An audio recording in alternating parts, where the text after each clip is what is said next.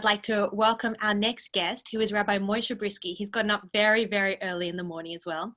He's the director and spiritual leader of Chabad in the Conejo in Angora Hills, California. He's also helped to establish Chabad centers in Westlake Villages, Calabasas, Oak Park, Camarillo, and Thousand Oaks, all of which are under the Chabad of Conejo umbrella.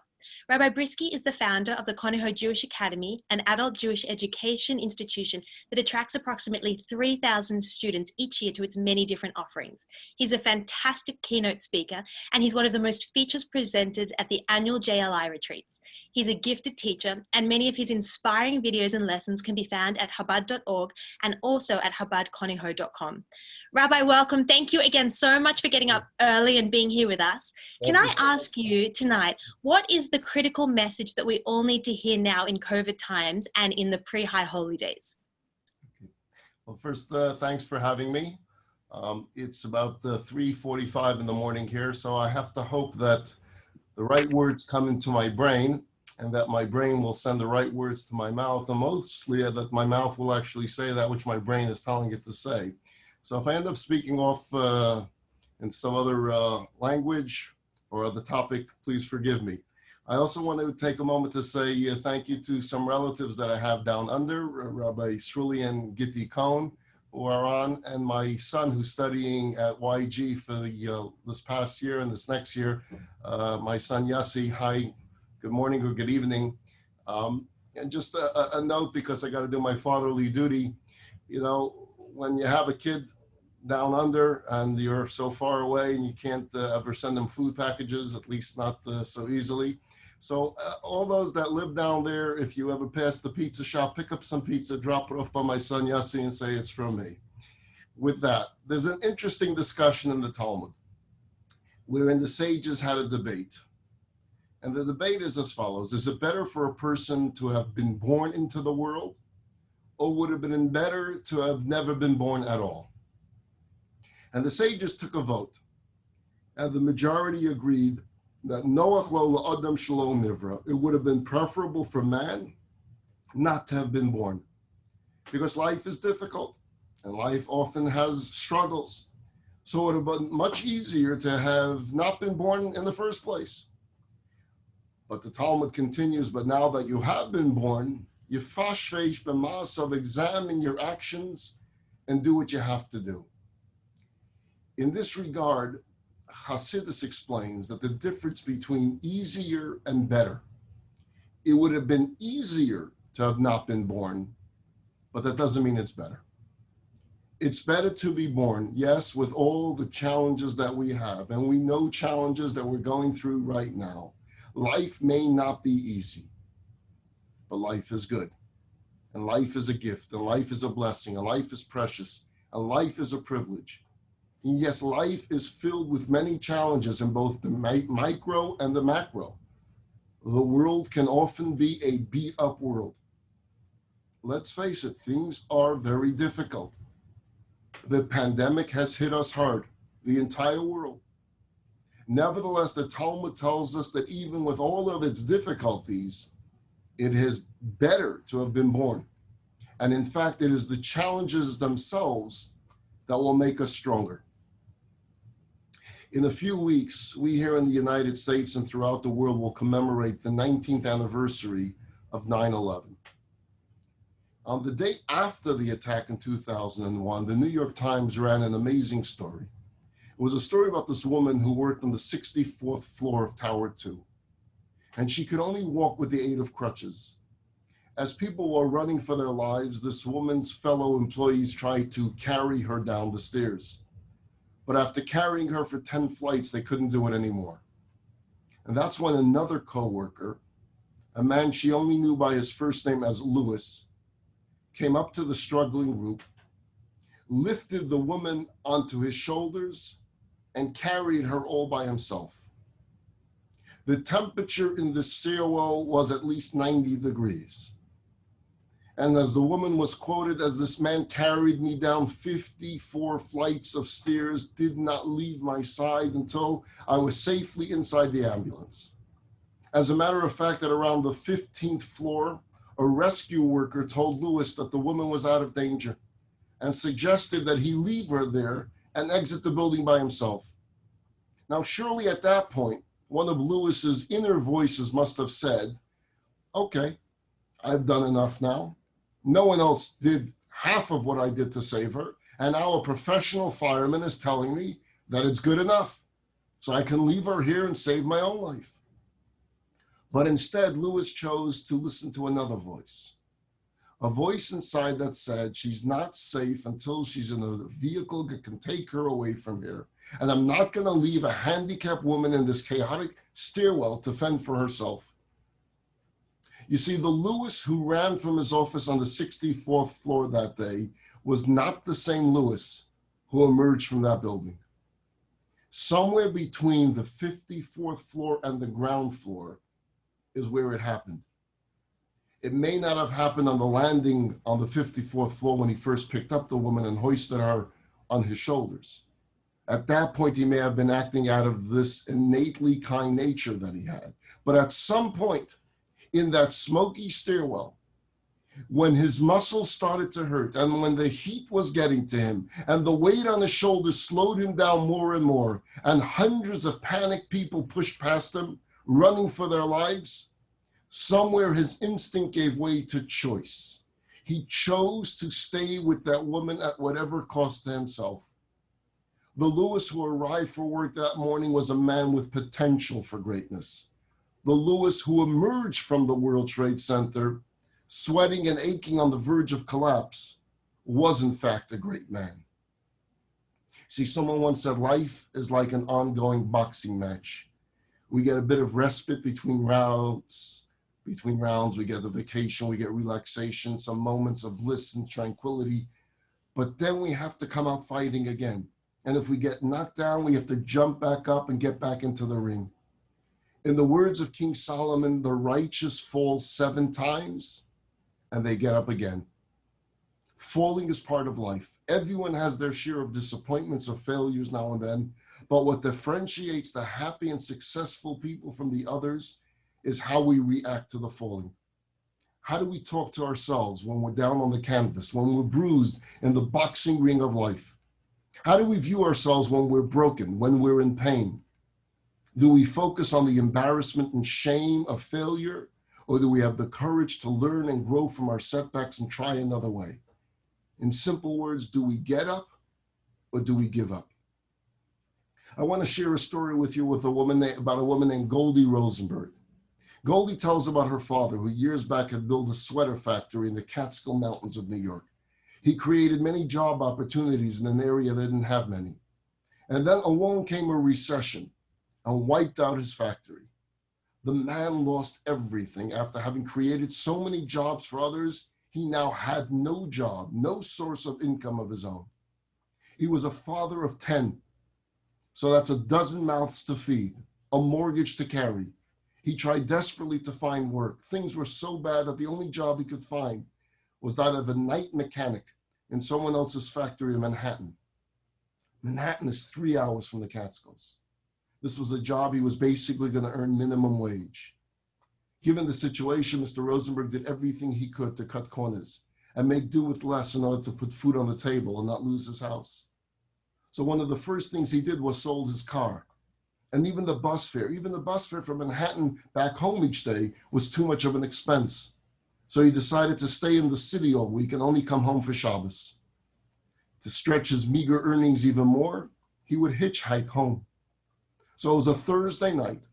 Mr. Rosenberg stood on the side of the New York State Thruway to catch a ride, but no one stopped. It was cold. It was miserable out. And as time passed, rain and sleet started falling, drenching him to the bone. On top of that, as each car passed, it sent a shower of icy water in his direction, soaking him further. It was one of those situations where most people would just throw up their hands and cry out, "How much more, God? What else do you got up there for me? Enough already." Well, somehow or another, many hours later, he finally managed to get home to his worried wife and children. After telling them in vivid detail about the ordeal on the side of the thruway, his family asked him, "How did you deal with the situation?"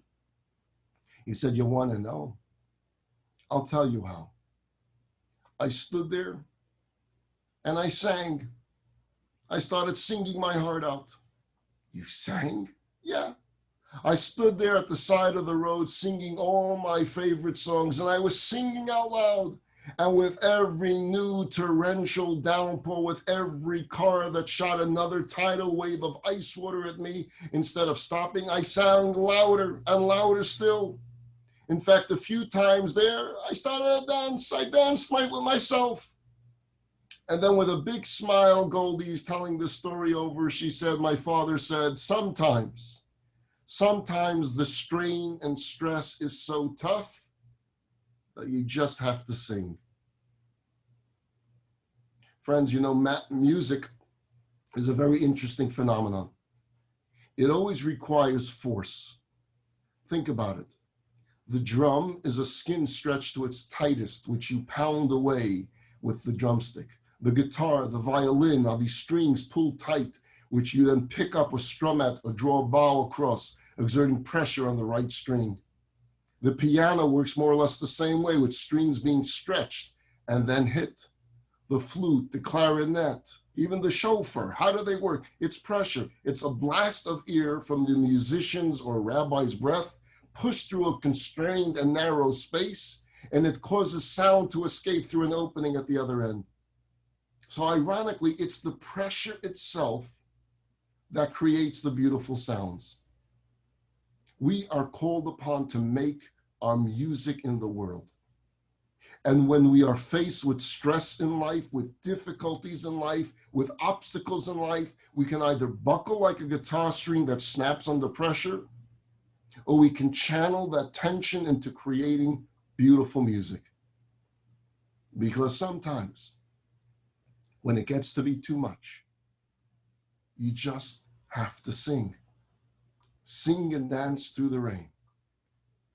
Have you ever stopped to take notice of this very strange thing we do at a Jewish wedding? You have a bride and a groom. They're standing side by side under the chuppah. They're having this incredible, magical moment as they're about to embark on this new journey together.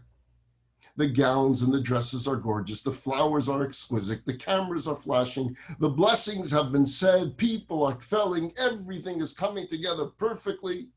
The party planner has it all going exactly as it should. And then in the very last moment of the ceremony, what do? At every Jewish wedding throughout the world, throughout our history, since the destruction of the temple, the groom lifts his foot and he breaks a glass. Why? To make the point that as beautiful as all of this is, all is in fact not as it should be. That we're still living in a world fraught with pain and despair, that we're still very much in exile, that Jerusalem is not completely rebuilt, that the Holy Temple has not been returned. So we break that glass, anguish, destruction, fragmentation. Okay, I understand why the sages implemented that. But what's most striking about this is that exactly when the glass is broken, what do we in the audience all do? At that very moment that we hear the breaking of the glass, we yell, Mazel Tov. Really think about this schizophrenia that we have. What are we doing celebrating at that very moment where we're told to think about the anguish and the pain and the difficulties? Wouldn't it be a little more appropriate to linger a little longer in that place of sadness and mourning? No, it's right then with the breaking of the glass that we launch full on into celebration, and the band begins to play and the people begin to dance. Instead of driving a wedge between sadness and joy, we marry the two. Because that's exactly the point. We shout Mazel Tov necessarily right then and there, expressing our confidence that even in the wake of pain and destruction, there is hope. Even in a deeply flawed and fractured world, we look forward to the future with joy, with optimism. You see, as Jews, we're not an either-or kind of people. We know how to live in a world steeped in pain and at the same time hold on to hope. And so it's not bizarre. In fact, it is perfectly in character for us to shout Mazel Tov, even when things are far from perfect. To live in a way where wrapped right into the pain is the celebration. King David writes this very powerful verse, and we say it in the Hallel prayer, Min ha-meitzar karasi ka. From my distress, I call out to God. You see, our journey has not always been easy. And yet, anani b'merchav ka, God does not abandon us. He answers us. He gives us strength. Sometimes, when it gets to be too much, you just have to sing. Sing and dance right on through the rain. Many people in Israel and many throughout the world are familiar with the story of Miriam Peretz. In fact, it's been written up in a book called Miriam's Song. Born in Morocco, Miriam immigrated to Israel as a young girl with parents who were poor and illiterate. As a teenager, she took menial jobs most other people didn't want, using the money to buy appliances for her family and other necessary items for her parents, and to be able to go to school. She threw herself into her studies. There was plenty that Miriam could have complained about. She didn't have the many advantages of her classmates, but she didn't even notice. She was too busy working, too busy studying. Miriam Peretz eventually earned 2 degrees. She got married, she raised a family, she helped build an Israeli community in the Sinai, which had to be evacuated when the peace agreement was signed with Egypt in 1979. So the Peretz family relocated. They moved to a small suburb of Jerusalem.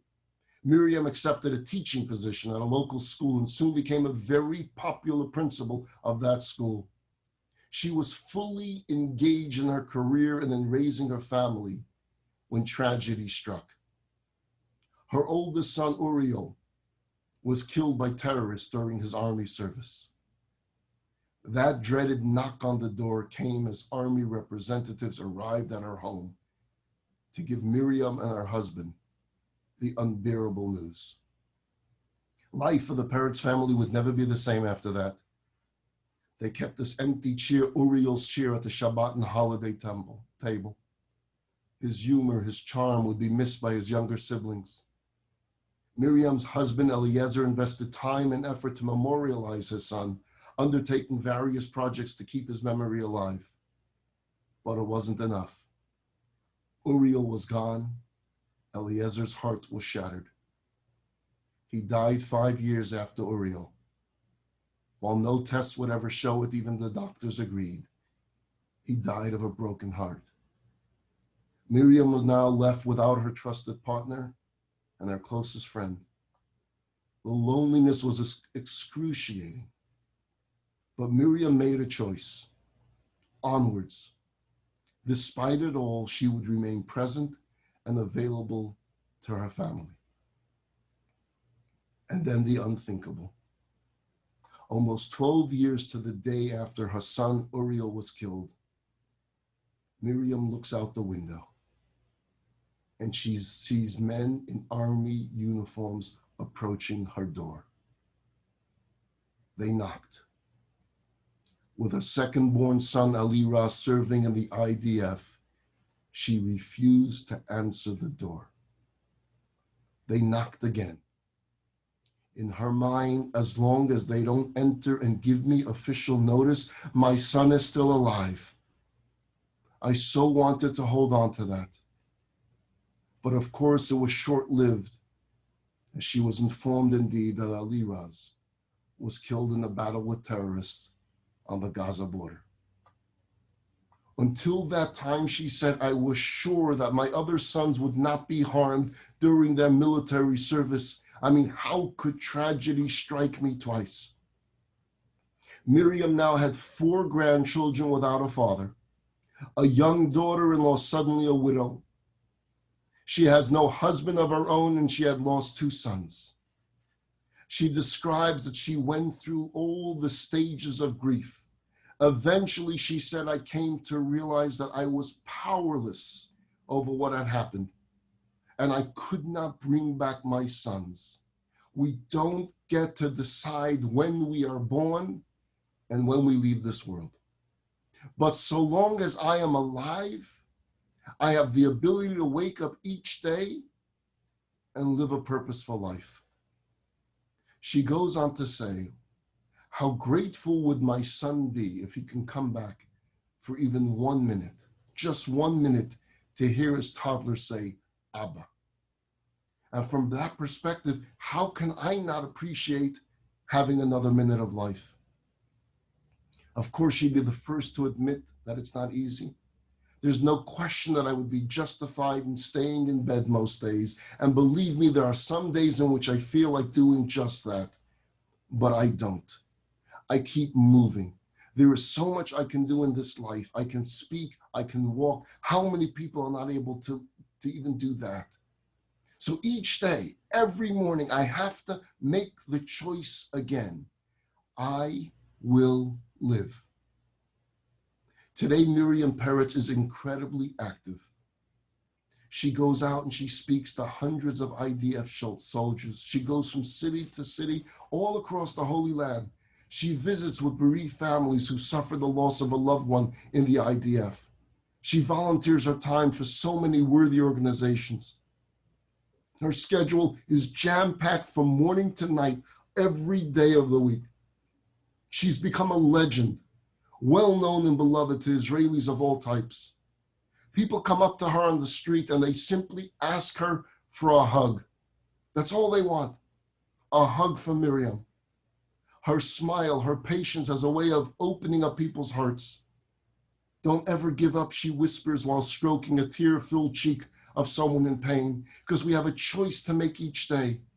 Some will be bad days, but many will be good. So keep on living. Her implicit, unbroken message being, if I can do it, so can you. And with that, Miriam moves on, continuing with her daily mission to live as fully as she possibly can. To appreciate that the title of the book written about Miriam Peretz is called Miriam's Song, is to appreciate the power and the depth of the Jewish soul, of the approach of the Jew that says, no matter what comes my way, I won't sit back and feel sorry for myself. I'll continue to go out there and create music in the world. Because sometimes when it gets to be too much, you just have to sing. Sing and dance right on through the rain. Someone once asked Rabbi Abraham Twersky, why is there so much suffering in the world? And he said, I don't know why there's so much suffering, but I never met a truly strong person with an easy past. We grow from struggle. Why is it this way? I don't know. But we know that we can take our adversity and use it to grow and make a unique impact in the world around us. Back to Israel for the next story. Yom Kippur, 1973. The state of Israel faced one of the greatest threats to its existence when massive Arab armies mobilized and launched a major attack on its borders. The conflict, which came to be known as the Yom Kippur War, was one of the bloodiest and most hard-fought wars in Israel's history, but perhaps also one of the most miraculous, given the enemy's element of surprise and the sheer numbers that were amassed against us. One of the most decorated heroes of the Yom Kippur War was a leader in the IDF Special Forces. His name was Moshe Levy. Moshe Levy is one of only 40 people in Israel's history to be awarded Israel's Gibor Yisrael medal, the hero of Israel. It was his unit that defended what was known as the Budapest outpost. It was the only bunker on the Suez Canal to withstand the Egyptian attack. Sergeant Levy lost his arm during that battle. Just a few years ago, Moshe Levy gave an interview, and he spoke about what happened on that day. There were a total of 98 soldiers under his command. Of all 98 men, only one professed to being religious or even believing in God. It was a Yemenite Jew by the name of Zamdani. On the first Saturday after the outbreak of the war, Levy's unit was at the Budapest outpost, and he was told to expect a major offensive by the Egyptians with massive amounts of tanks and infantry. The general came and spoke to Moshe Levi and said, Moshe, you have to dig a line. And come what may, you cannot let them get by you. Behind you, there is no one to stop those tanks from rolling all the way to Tel Aviv. Do you understand? You are the last line of defense. Sergeant Levy looks and says, the last line of defense? I have 98 men. Last line of defense all the way to Tel Aviv, 98 men. And he's pleading for reinforcements to meet the onslaught, better munitions with which to take out their tanks. But he's told none will be forthcoming. Israel is being attacked from all sides. You have to fight with what you have. You're on your own. Sure enough, as the hours passed, in the distance they heard a faint rumbling that started getting louder and louder. And then it came to view. 120 Egyptian tanks with who knows how many infantrymen marching behind them was on their way. At that point, one of the troops, a man named Avner, came up to Moshe Levi and he said, Moshe, we can't stop those tanks with these rockets. What are we supposed to do? As Moshe was pondering this question, Zandani stepped forward. He had a Tehillim, a book of Psalms in his hand. And he yells out, Chevra, guys, with this, we're going to stop the Egyptians. Hashem Elokeinu Imanu, the God of Israel, is with us, and we will prevail. And he opens the book of Tehillims and he starts reading the Psalms out loud. At that moment, every one of those 98 soldiers to a man picked up their helmet that was laying on the ground due to the heat. They put it on their heads to serve as a kippah. They had no idea what Zandani was saying. All they knew was that one word, Amen. So everything he said, they said, Amen.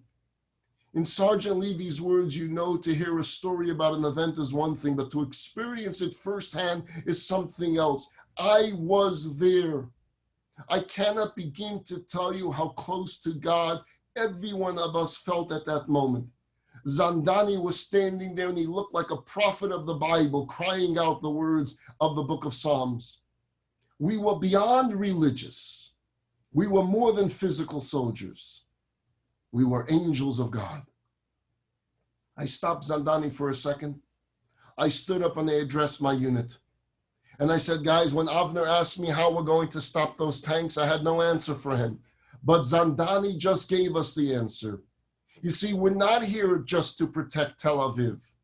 We're here to protect a history of thousands of years. We're here to protect the past and the present and the future of our nation. I then turned to my group and I said this, I want to make a resolution out loud.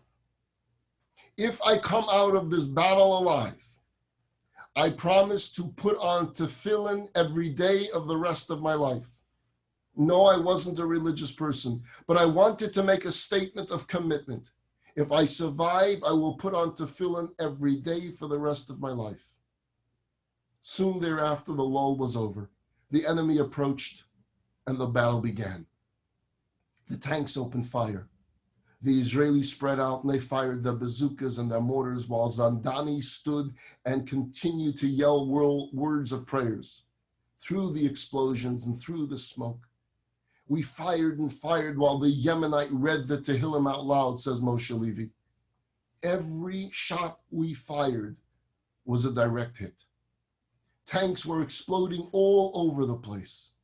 And then just as we were running out of ammunition and it looked like we were through, we looked up and we saw the Egyptians were in full retreat. They just turned around and left. I tell you, it was a clear and open miracle. Many of our men were wounded in battle, but none were killed. None except for one, Zandani.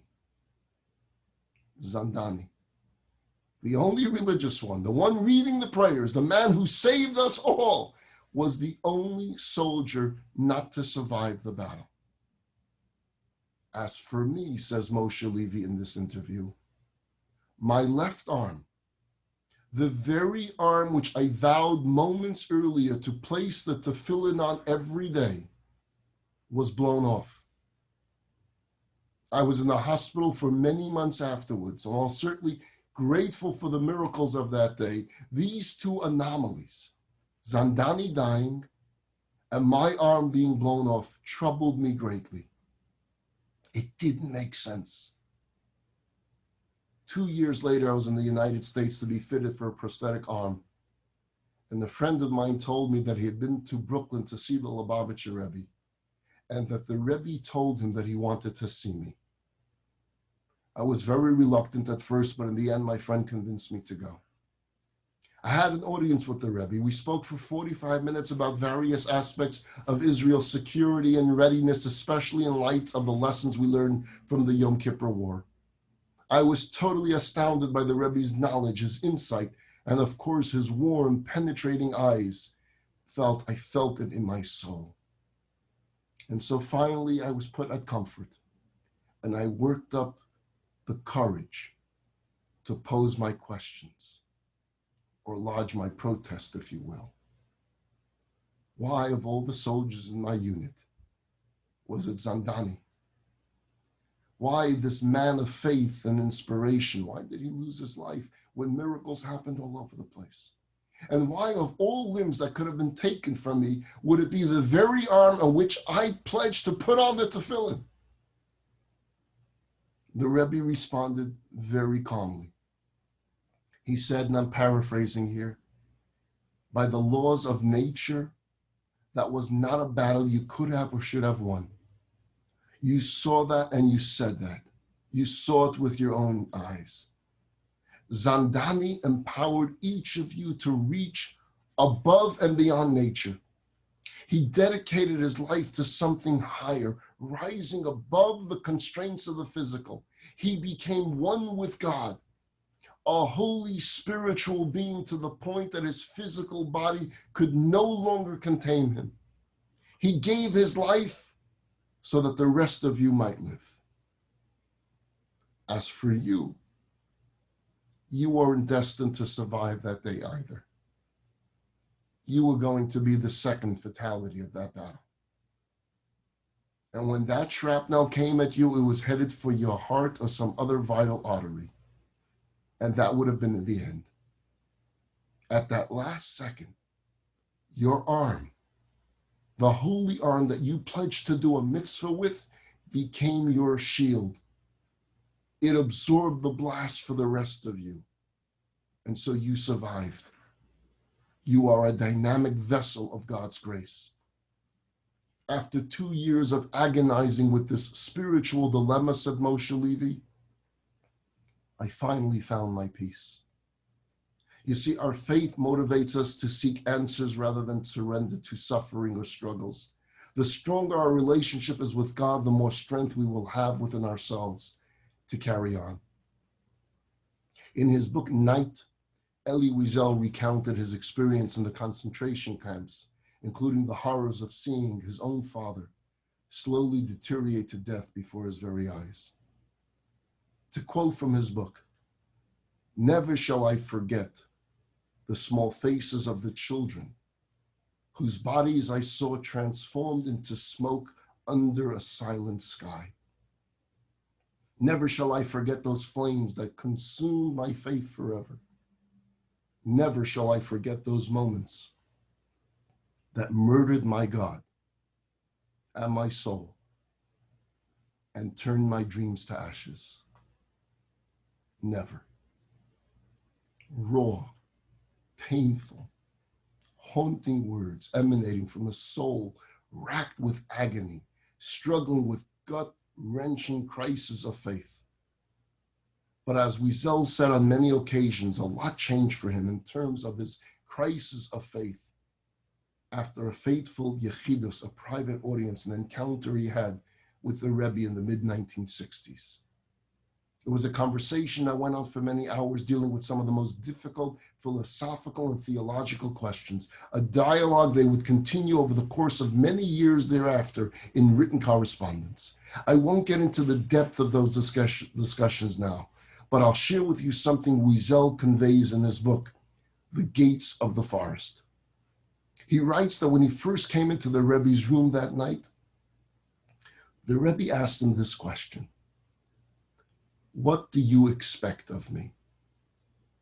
What are you hoping that I can do for you? And his initial response was, nothing. I'm not here to ask for anything. But by the end of the visit, after their hours of deep probing conversation and debate, he said to the Rebbe, you asked me when I first walked in here if there's anything I wish to ask of you, and I said no. But the truth is, there is something I want you to help me with. Ever since my father died before my eyes, I have not been able to properly mourn for him and other members of my family because I lost my ability to cry. I don't cry. As he wrote in the book Night, the fountainhead of tears had dried up. A part of him was afraid that once he would start crying, he would never be able to stop. So here he is already in the early hours of the morning, and he's asking the Rebbe, please teach me how to cry again. And the Rebbe said to him, more than to teach you how to cry, I will teach you how to sing. As important as it is for you to remember your loved ones with your tears, it's more important that you remember them with your song. Elie Wiesel walked out of the room that night, a changed man forever. It was a hot day in the city of Bnei Brak, one of Israel's most densely populated cities. Scores of people were waiting at the bus stop for the 402 bus express to Jerusalem. As time went on, the crowd began to swell. Among them were seniors and parents and children with crying babies, all waiting too patiently for a bus that was nowhere in sight. After what seemed like an eternity, an Egged bus could be spotted in the distance. Thank God, finally, Baruch Hashem, a bus is coming. But that momentary relief turned to great dismay as the bus pulled up at the stop because they saw it was the bus 318 heading for Rehovot, not the 402 going to Jerusalem. The poor driver, if you've ever been to Israel and you know what Israeli passengers can be like, was besieged by upset and disappointed passengers. One yelled at him, look at the size of this crowd. No one's going to Rehovot. Can't you take us to Jerusalem? Have mercy on the senior citizens. What's the matter with you? Don't you have a bubby of your own? And the driver says, I'm sorry, it's not the way it works. I'm the 318 bus to Rehovot. I can't just change my mind and go to Jerusalem. And then the parents of the crying infant says to the driver, have you no heart? Look at all the babies are crying. Well, that plea resonated with the driver. He got up from his seat. He went to the door and with a bit of resignation in his voice, he said, you know what? We're going to Jerusalem. That's it. We're going to Jerusalem. Senior citizens and babies, I can't close my eyes to this. Oh, the smiles broke out in the crowd. They began to cheer. The driver then started fiddling with the buttons that changed the bus sign from the 318 to the 402 Express to Jerusalem.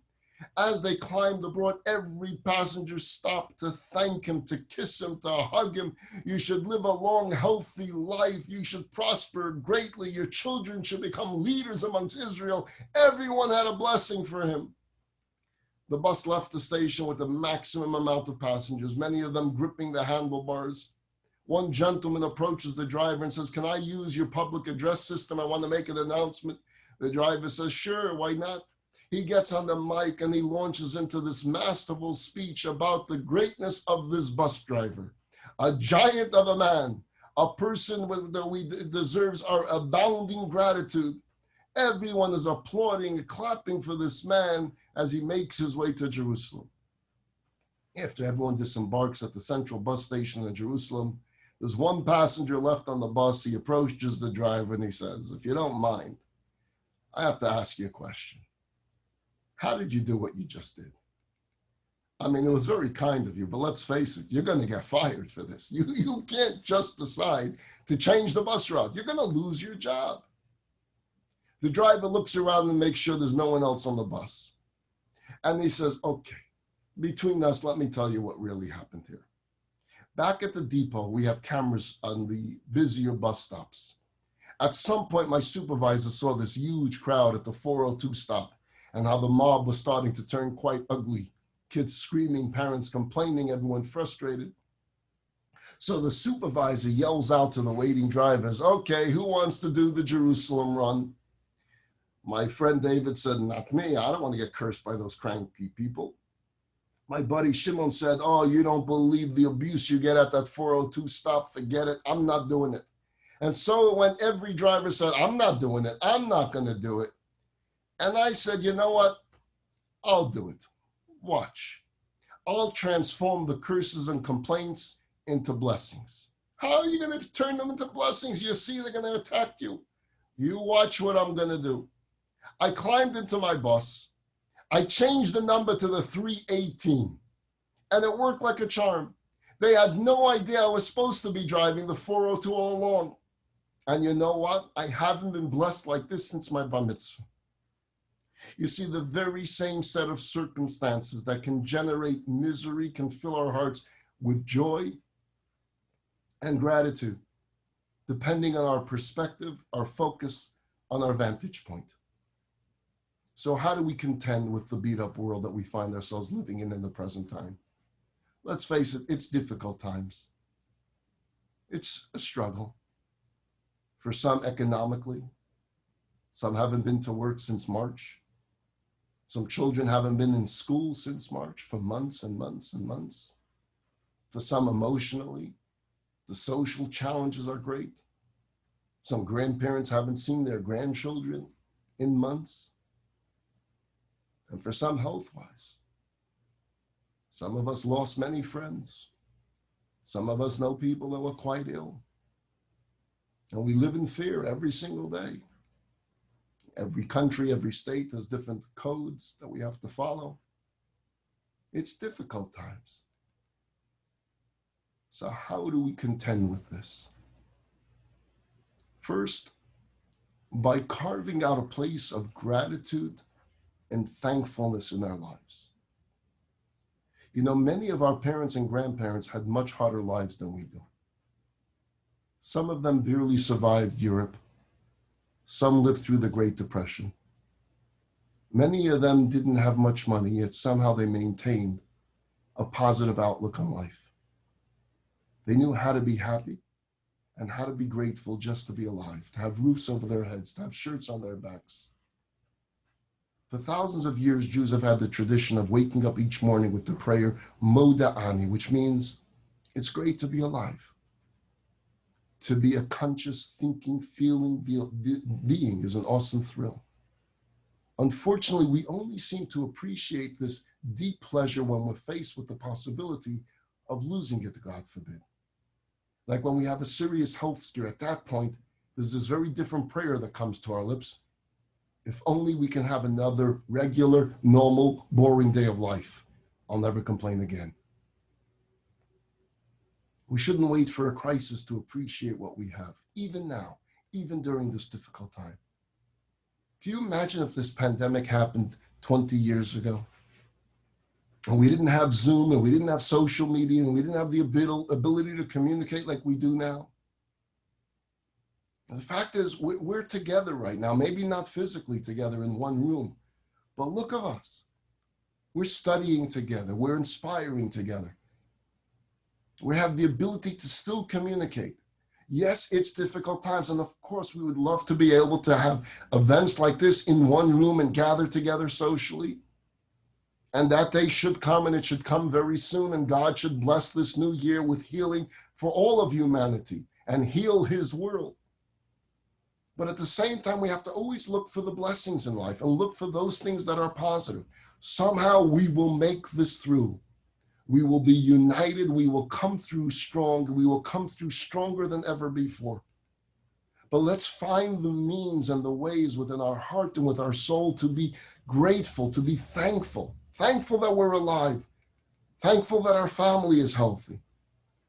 And be there for those who are not healthy. Realize that part of our task is to reach out to those who are less fortunate than we. People that have lost their jobs and don't have a savings account. and don't have any investments that they can pull back on. I heard this story, and I'll conclude with this story from Rabbi Yisrael Meir Lau, the former chief rabbi of Israel. We spoke together at a retreat in Palm Springs a few years ago, and he told this story. It was 1973, and he was serving as a chaplain at the Ichilov Hospital in Tel Aviv, and back to the Yom Kippur War. When the war broke out, it was decided to have all the civilian patients of that hospital transferred to other hospitals, and that facility would be designated for the exclusive treatment of soldiers wounded in battle. With many of the injuries having been sustained in tank battles, many of those soldiers had suffered terrible burns over large portions of their bodies, and many were in critical condition and excruciating pain. So Rabbi Lau described how gut-wrenching and heartbreaking it was for him to go from room to room visiting with these burned and wounded warriors. Many of them were letting out these blood-curdling screams of sheer agony. One day, as he was going from one room to the next, visiting wounded soldiers, he heard a curious sound echoing through the halls of the hospital. It was the sound of someone singing, and he was intrigued. And tracing the source of the singing voice, it brought him to a room where he found that the singer was a patient himself, a soldier whose eyes were covered in bandages as he lay there singing these songs from his hometown, songs that he remembered from his youth. Looking the soldier over, he didn't see any burns on his body. So he asked the attending nurse about the man's condition, and she explained that he'd been badly injured during a battle in the Sinai. And although he didn't suffer any burns, he was hit by lots of flying shrapnel, some of which had gone into his eyes. But he has this incredible spirit about him. He's always upbeat and he's always singing. Ever since they brought him in, he hasn't stopped singing. Maybe it's his coping mechanism, but he's lifting our spirits. As Rabbi Lau clutched the soldier's hand and shared words of strength and inspiration, the soldier reciprocated in kind, saying how proud he was and how privileged he felt to have fought in defense of his beloved homeland. It wasn't entirely clear who was giving strength to whom. Looking up, Rabbi Lau noticed that the young man's parents were in the room as well. They weren't singing. They were crying. Rabbi Lau was told that the brave soldier was about to be brought in for surgery to see what could be done to save his eyes. And so the rabbi stayed with the family throughout the time of the operation, during which time he learned that they lived in a very poor, tight-knit community of hundreds of Moroccan Jews in the West Galilee. After several hours, the surgeon came out, and the expression on his face was not good. "I'm sorry," he said. "We were able to get the shrapnel out, but we couldn't save his eyesight. I'm afraid your son is going to be blind for the rest of his life." You can only imagine how devastated the parents were. Such a sweet and joyful young man, now sightless for the rest of his days. Not wanting to raise any false hopes, the surgeon then casually mentioned that there was this surgeon in the United States who developed a certain procedure.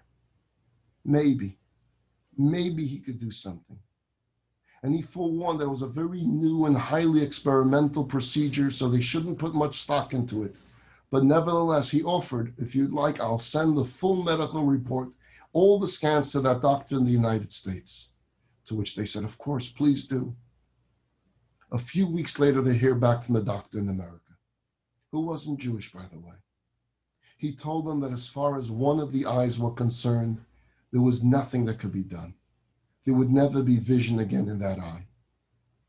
But in the second eye, there was a chance, a small chance, that he could restore perhaps 30% of vision in that eye. If they wanted to go ahead with it, the doctor, being the mensch that he was, said that he would waive all of his fees, that he was a lover of Israel, a religious lover of Israel, and he wouldn't want to charge any fee for an Israeli soldier. He would charge nothing. But he would have to figure out how to cover the cost of travel and whoever else would accompany him, plus the hospital and the operating room cost he couldn't waive because it wasn't his. He then underscored what the Israeli surgeon had said, that this was all highly experimental. After doing all the calculations, they realized that to take the good doctor up on his offer, it would still cost about $150,000. When word of this got back to the young soldiers' community in the Galil, the entire village of poverty-stricken Moroccan Jews banded together. They emptied whatever they had down to their last hard-earned shekel to get that boy on a plane to America. This is not someone else's child, they declared. Ze yeled shalanu, this is our kid. And any possible chance of restoring any part of his vision must be pursued. Within one day, the entire $150,000 was raised from that poor community. The parents and the young soldier were flown to the United States. They met this kind, pioneering doctor. The surgery was a procedure for many, many hours. And then in the recovery room, it was time for the moment of truth. The doctor was careful to reiterate the reality of the circumstances. Remember, this was all highly uncertain. I cannot say what's going to be. We all agreed to give it a shot. At this point, let us pray. With the soldier's father standing on the right of his bed, his mother on the left, the doctor proceeded to slowly remove the bandages from his eyes. And once the bandages was removed, the soldier squinted slightly. He turned to the right and he yelled out, Abba! And he turned to the left and he cried out, Ima! Can you see us, dear son? Can you see us? And he says, yes, I can see you. True to the doctor's best speculation, the young man regained 30% of his eyesight in one eye. And it wasn't long before he started singing again. And the family returned home to the joy and euphoria of a loving community. A few months later, the American doctor who performed this miraculous feat called the family in Israel. And he told them that he was going to be traveling to Japan for a conference. And being that he's never been to Israel before, he thought he'd make a brief stopover in Israel and check on his patient. The family was delighted. That would be great. We'd love to see you. Give us your flight information. We'll pick you up at the airport. It's the day of the doctor's arrival in Tel Aviv. He deplaned. He walked into the terminal where he was greeted by the most incredible sight. Hundreds of Jews from the Galil was standing there in the terminal cheering for him. They were holding up signs proclaiming Todah, thank you. God bless you for what you did for our boy. We love you, doctor. Welcome to Israel. Our home is your home. The huge reception, each inch forward, each person grasping a chance to hug this good doctor. They clapped and they sang songs and they danced, lifting the doctor up on their shoulders. Rabbi Lau shared that he was there at the celebration in the airport terminal that day. He said it was one of the most moving scenes, one of the most incredible outpouring of love and gratitude that he had ever witnessed.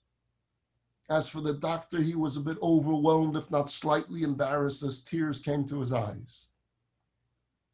After completing this story at this retreat with Rabbi Lau, he proceeded to bring out his point. All of this euphoria, for what? The restoration of 30% vision to one eye. Every morning, you and I wake up to 100% vision in both eyes. How euphoric, how grateful ought we be to the one who restored it for us overnight. How grateful ought we be for the blessings in our lives. Now, I heard Dennis speak before I came on about Chabad Hasidim. And someone's always asks us, why are you Chabad folks so enamored with the Lubavitcher Rebbe? You always tell stories about him. You always quote him. Every sermon has his teachings in it. What was it about him that drew you to him so strongly and continues to do this 26 years after his physical passing?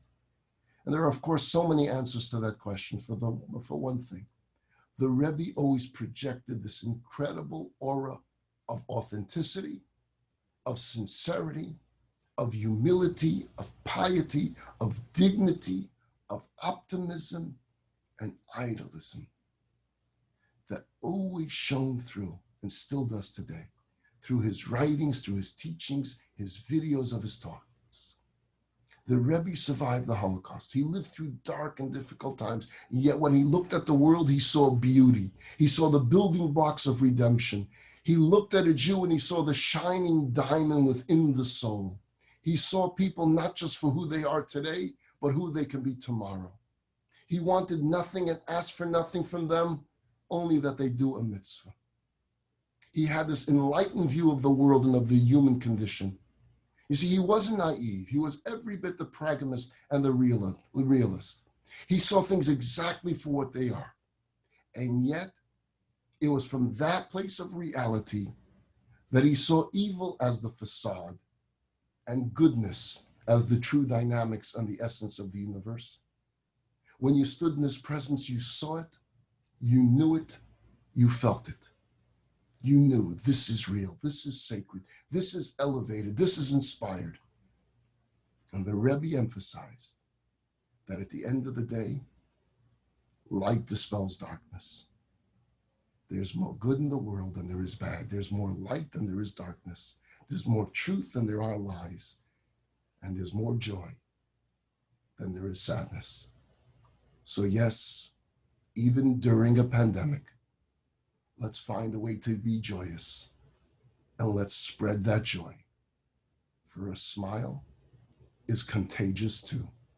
Thank you very much for having me. Thank you so much for being here, and thank you for so many inspiring and uplifting messages with Zandani, with Miriam, and how she managed to transform her sorrow into bringing joy to other people, and also for reminding us that as Jews, we know and we are prepared that in a world steeped with pain, we can still have hope. Can I just finally ask you one really quick question? I know that we're running late and you probably want to get back to sleep. Tonight you spoke about the breaking of glass at weddings. I've heard you before speak about the paradoxes or marriages that exist within each other, the idea of the trembling with fear and dancing with joy at the same time, and also the shofar, which we're hearing at the moment, representing wailing, but also at the same time we can hear laughter in it. Do you think that's more than ever relevant right now in the current situation? Absolutely, absolutely. Because every single day we're going through struggles. Every single one of us throughout the day, we're hitting brick wall after brick wall after brick wall. They announced that we can go back to some type of normalcy only for it to be taken away from us again.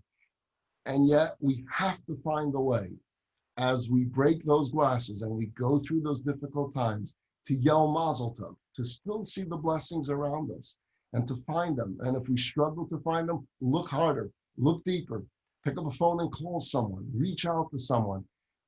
When we help someone else, it brings joy to us.